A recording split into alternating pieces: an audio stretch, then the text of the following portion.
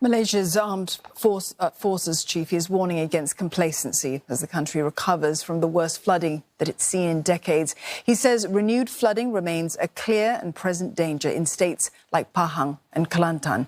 Heavy rain is forecast in the coming days. Now, the military is being deployed to Pahang, Selangor and Kelantan to help with rescue missions. The overall death toll has climbed to 37. There are fears that the count will go up. At least 10 people remain missing.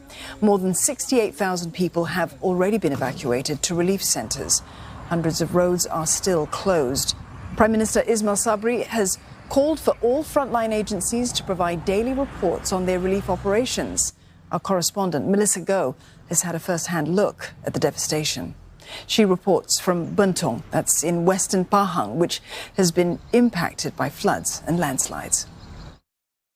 It's like a tsunami has swept across this whole area in Bentong. The riverside resort is now reduced to almost rubble. Although the mud flood gushed down from the mountain was in lightning speed, according to head of the search and rescue operation, Zamri Abdugani, told me earlier, 2 bodies have been found so far, including a child who was on holiday with his family. Now, the owner of the place is still missing. His wife's body was found buried beneath the debris. Now, he was last seen on the balcony of this resort. There was no warning at all. Simply, the operation chief said that this happened so quickly. There were signs but they just didn't know how to read the signs. Now, this resort is privately owned, and there's no warning, no guidelines for safety evacuation, and so on.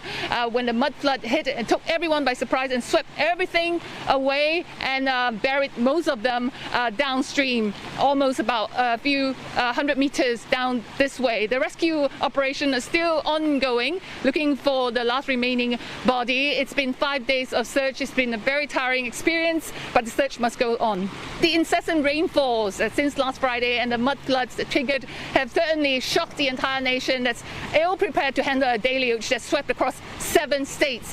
And the massive devastation. Authorities have yet to begin counting the cost. There are 9 rivers here in Pahang are said still to be at dangerous level, can overflow anytime if there's a downpour.